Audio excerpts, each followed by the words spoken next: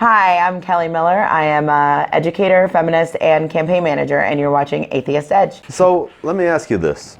You are an atheist, and you don't mind being called that. Nope. Where do you find the most resistance? Is it where you would think, like in a church, or...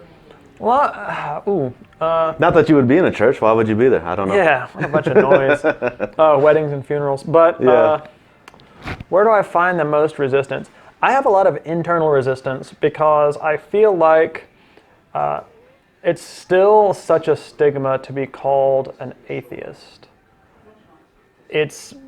There's like studies out there that you can Google, but there's like who would be trusted in. I have read studies that are basically asking people who would they trust more in a government position, and like atheist has pretty consistently been the number one not trusted.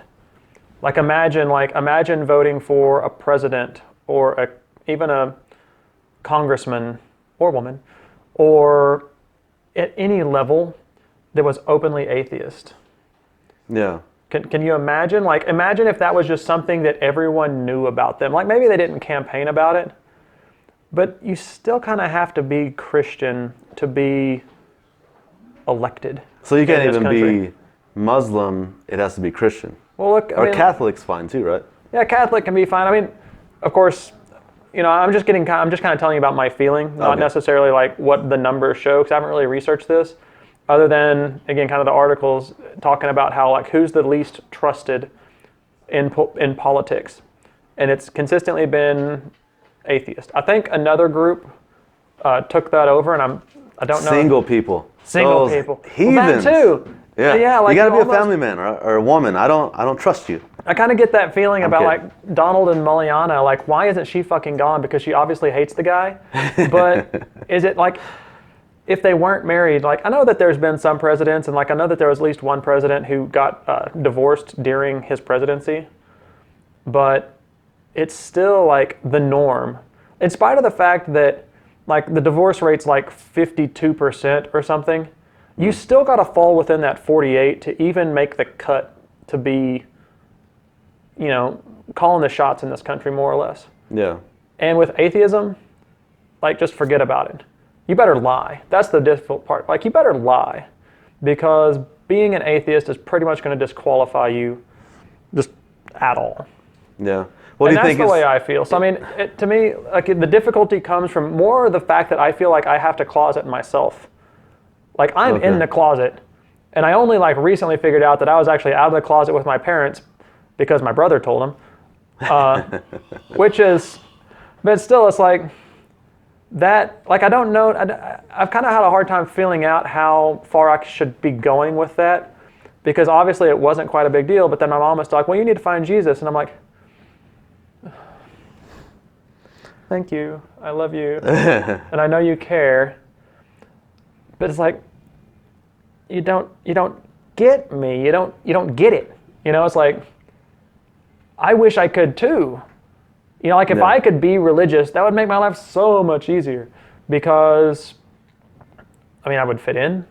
I wouldn't feel like I was hiding a very significant portion of myself from just everybody, because it was almost maybe too dangerous to like reveal it, because what is somebody going to think? Oh my God, the heathen, he's going to hell. I need to save him. He needs to find Jesus. Like all this. So you think they have good intentions though? Whenever someone's trying to tell you like, all right, And that's my biggest. I know you don't believe in God, but let's talk about it. Or is it Absolutely. never that easy? It's like, dude, you're going straight to hell. That is the biggest, how can I even put this? I'm just going to put it the way that's going to come out of my mouth. That is the biggest fucking trap religion has, is making you think that you're bad by not being part of it.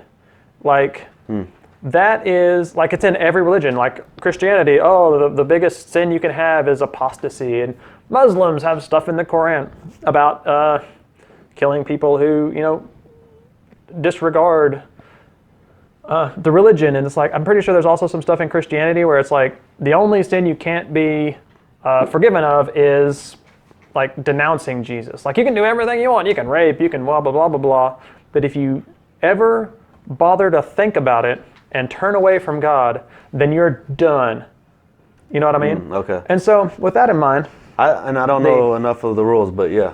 I mean, it's in there.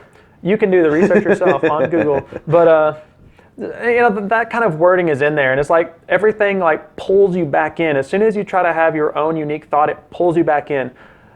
And the second part that makes that so fucking insidious is that everyone who's doing it thinks that it's the right thing.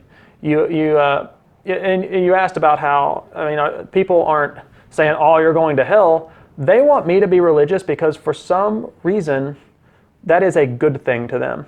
It's not because they think I'm wrong. It's just that they think what they're doing is better, I guess. Like a righteous part. Well, it's part of their. I said that wrong, actually. Okay. It is righteous, but like the thing about religions to me is the people who are the most religious don't know that it's a lie. And it's kind of like a lie detector test. Like if you were to sit down at a lie detector test, you could say something that was technically obviously false, but if you believed it, the lie detector wouldn't detect it, right? Because whatever was going on in your body that makes a lie detector read wouldn't be going off. Yeah, heart rate, blood pressure, things like that. So when you're listening to a preacher, or when you're talking to somebody about religion, and you're trying to maybe decide for yourself, technically everything they say is true. Even though it's not empirically true, everything that they're saying is absolute truth to them, right? Yeah. Okay. And it's very difficult to kind of counter that and say, well, it's not even really all that difficult to counter it necessarily, but if there was a kid, if there was a kid coming up and maybe they didn't believe in Santa Claus or something. What? Spoiler alert, dude. Oh, spoiler alert. For any of you children watching. So maybe there's a kid growing up who doesn't believe in Santa Claus, but they have always, like, because their mom told them that, Santa Claus isn't real. It's just a thing, right? But Jesus is real. Well, they didn't bullshit the kid about Santa Claus, so the kid probably thinks that they're not bullshitting about Jesus either, because according to that parent, they're not. Right. They're not bullshitting them. And so it's very difficult because, to the kid, probably both things are true. It's true there is no Santa Claus, and it's true there is a Jesus. And so that's when it comes down to like trying to connect with someone and trying to talk to them about how I believe what I believe. And I'm not going out there talking to like kids about anything regarding this. Don't. You should not be talking to kids. Go ahead. I should not talk to children. I'm not to be trusted. No. But you know what I mean? Like kind of growing on that and saying, what if there's an adult who's been growing up for 20 years, they get off to college or whatever, and now they're challenged by those beliefs. Well, if they fall back to the idea that everyone they've ever talked to about it was speaking truth, then they really don't question it because. So you're saying they're misinformed, is the thing. Yeah, and like I said, the real hang up is not that they're misinformed. It's that they're misinformed unintentionally. Like if someone was just fucking lying to them, and you could prove that those people were just fucking lying to them, then it would probably be easier for them to go, oh my God, okay, everything I've been told about X or Y is false. But if they've been misinformed, but the person who's, like I said, the person who's trying to give them that information is speaking genuinely, it's difficult. I think it's more difficult to say, hey, they told you things that they thought were true, but those things aren't true. So how do you see those people then? The people that truly believe the same, and I haven't asked what you believe, but they truly believe that there is a God and a heaven and a hell. How do you feel about those people? I mean, I know you're trying to kind of spell it out now, but is it, less, what would it be? Well, I'm very sympathetic to them because I've lived it. I've been Christian. You've lived it. You've been Christian. You can kind of feel what it would be like, and it's just to me, it's just extending that. Like, what would I feel like if I still felt that way? I mean, to start answering your question, I mean, I think you had maybe a little bit more going on. I was kind of trying to. No, yeah. So I mean, there are, I guess, what would you call them? Predators, people that fake so that they can, because sometimes people that go to church and say that they're religious, it's more of a social status type thing. You know, they're trying to be around other people that have influence maybe, and trying to, you know, gain a leg up. I mean, there is a difference there, right? I mean, from people that completely believe it and, you know, this is their truth, or people that are like, well, I'm going to say it, but truly I don't believe it. I mean, if you say it and don't truly believe it, for some people that's their job. I have read stories, and I can't point to them off the top of my head, but I've certainly read at least one story where a preacher was completely atheist, but he's like, I cannot change jobs because this is all I know.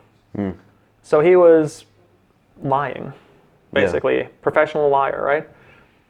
And I'm sure he had, I mean, well, actually, let me just kind of make this a little bit more personal. I have said prayers. I have led prayers, obviously, to nobody, because I'm an atheist, right? Like, I knew that I was literally speaking to nobody. So but I have led prayers. You still pray now, even though you're not? No. Oh, like, okay. Like, you know, like, oh, we are having this great moment. Let's circle up and pray because of reasons. Okay. And, when you already knew that you were an atheist. Yes, like, and you were just like, all right, this is what we got to do. But the people around me still thought I was very Christian, right? Okay. So I didn't really know how to get out of the. So what's the feeling there? I mean, is it just? Well, I just gotta fake it.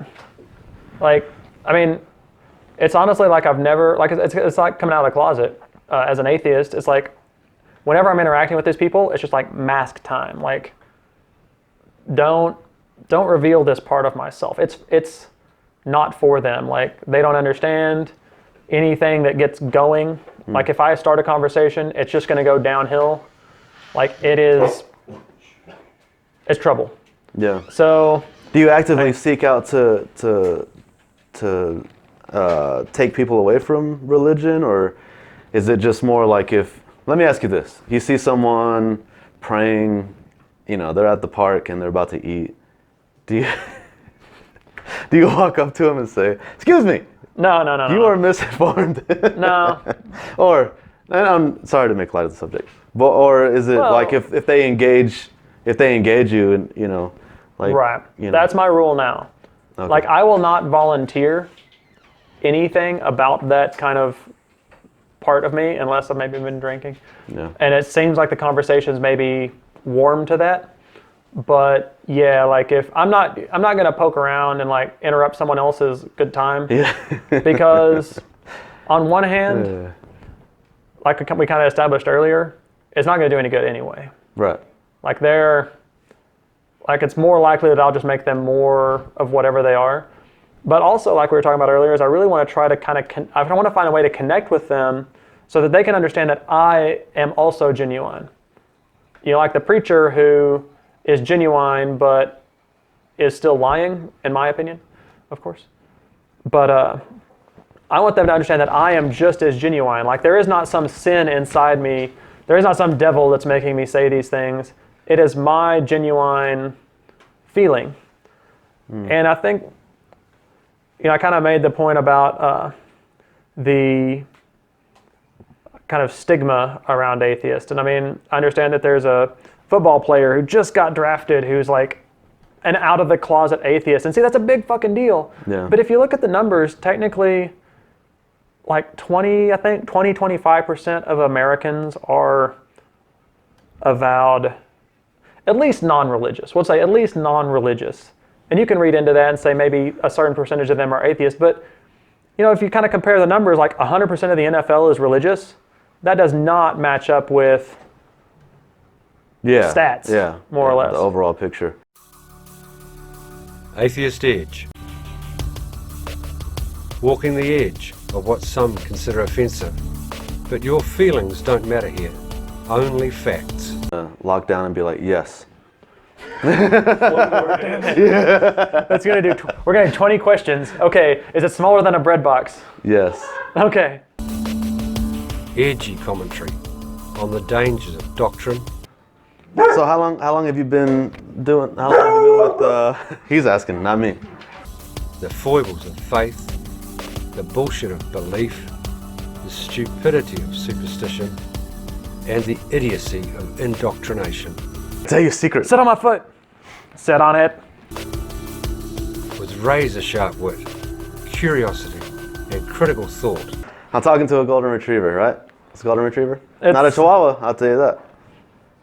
It's just a hairy, large beast.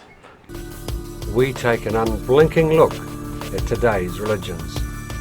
We are Atheist Edge.